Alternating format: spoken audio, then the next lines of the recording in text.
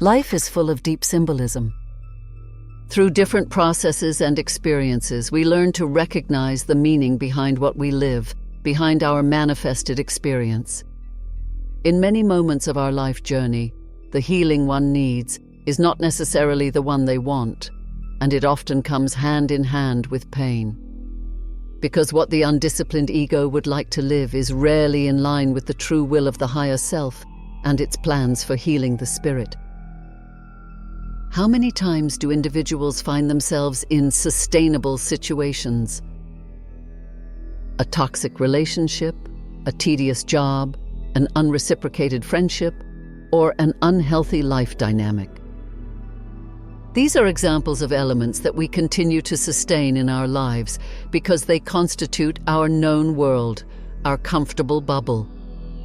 Despite the problems and disconnections, we tend to choose to endure these circumstances because deep down, we are willing to accept a certain level of suffering in exchange for a supposed sense of control and familiarity over what we already know. And we remain extremely attached to everything that the ego holds and values as a reference and aspect of its own identity. However, as the individual develops a deeper sense of understanding about their abilities, values, and talents, many of these circumstances begin to invite them to realign themselves. A change of attitude towards certain dimensions of life is needed, and the soul demands it. This change can be gradual or intense, but it is proposed by life, and we will repeatedly be confronted with situations that point to this need for change. However, due to attachment, stagnation, or other difficulties, if we do not heed this call to the commitment to take responsibility for the change that needs to occur, we begin to numb ourselves and become sick internally. That's precisely where the archetype of poison comes into play. The image of a person walking through the woods, oblivious, unprepared, and then getting stung, is profoundly symbolic. The human psyche, interconnected with the intelligent system that is life, initiates a movement that is rooted in the unconscious aspects that needs healing. An external circumstance mimicking a sting or fangs hits us, breaking through our known world, our boundaries, which are similar to a skin, and dismantling a portion of the current internal configuration we have in our lives. It seems unexpected, but it is, in reality, a result of our conscious and unconscious choices in navigating the paths we take and how we choose to do so. Rare are the moments when a venomous animal attacks a human without a warning.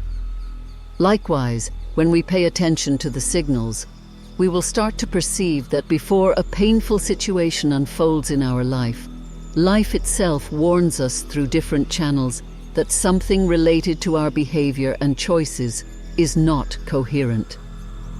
Consider a relationship that, despite its evident toxicity, provided a semblance of security mixed with pleasure. The termination of such a relationship might feel like a venomous strike, injecting discomfort and sorrow in the hearts of the people involved.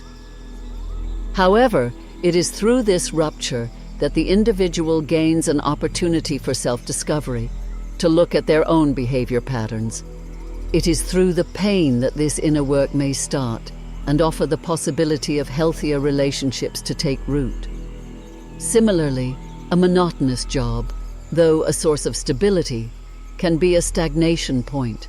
A person who is accustomed to the same tasks and functions may not find satisfaction, challenge, meaning, or any prospect of growth and evolution in what they do. The interruption of their activities by an unexpected dismissal, even if it means enduring the uncertainty of change, becomes a crucial step toward personal and professional rejuvenation. It is in these moments of discomfort that individuals redefine their boundaries and open themselves to new possibilities, ultimately fostering personal and intellectual growth. Friendships that lack reciprocity, though initially challenging to confront, may demand a conflict, akin to a sting. This conflict, while painful, acts as a catalyst for self-assertion and the establishment of healthier boundaries. In this process, individuals shed the layers of complacency and pave the way for more meaningful connections. By being honest, first with themselves and their discomforts, they access a truer space of intimacy, revealing their ways of being and giving the opportunity not only for the other person to do the same, but to actually know, access, and welcome their truth. Illness, a poignant reminder of vulnerability, often forces individuals to reevaluate their lifestyles and priorities. The pain and discomfort become a signal, a form of psychic poison that jolts them into awareness. Through this confrontation with physical limitations, individuals may find the motivation to make profound changes, embracing a healthier and more mindful way of living. Such events impact our lives, injecting a range of bitter sensations and hard feelings, many of which were kept repressed in the depths of our hearts. And the examples given are common ones that may not fully represent how powerfully this archetypal experience can manifest in our lives. Yet, it is through these painful occurrences that we interrupt the numbed suffering. They create space in our lives, causing what lacked vitality to die and dissolve so that something new can take root within us. The poison inherently contains elements of the antidote, of the needed healing. So in essence, the poison is not just a malevolent force. It is a messenger, a harbinger of change and growth for those who are able to recognize its symbolism.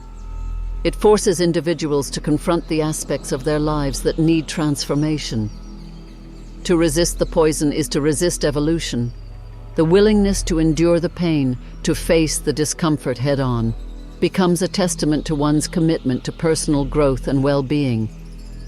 And they also become evidence of self-responsibility, since situations operating under the influence of this archetype do not occur by chance. They are the fruits of our choices, and the first remedy for the pain they cause us is to take responsibility. Here, there is no romanticization of suffering and traumas. Instead, an invitation is extended to recognize the transformative power of inevitable pains, those that emerge from within to boost self-discovery. It is crucial to understand that these painful moments, akin to poison coursing through one's veins, carry within them the potential for revitalization and renewal. Thus, one can perceive the pain as a crucial element in the alchemy of personal evolution. It is in these moments of disruption that individuals confront the dichotomy of familiarity and growth, realizing that the known must sometimes yield to the unknown for progress to unfold. While this perspective does not diminish the genuine challenges and hardships that come with painful experiences, it reframes them as opportunities for resilience, self-discovery, and renewal. It encourages individuals to approach discomfort with a sense of curiosity, recognizing that, like the venomous bite that precedes the antidote, pain can be the precursor to healing and growth. And so, the interplay between pain and healing is a fundamental aspect of the human experience. It is a dynamic process that demands a nuanced understanding of the transformative power inherent in discomfort. By embracing the pain, individuals can navigate the complexities of their lives with greater resilience, gaining insight into themselves and fostering a continuous journey of growth and self-realization.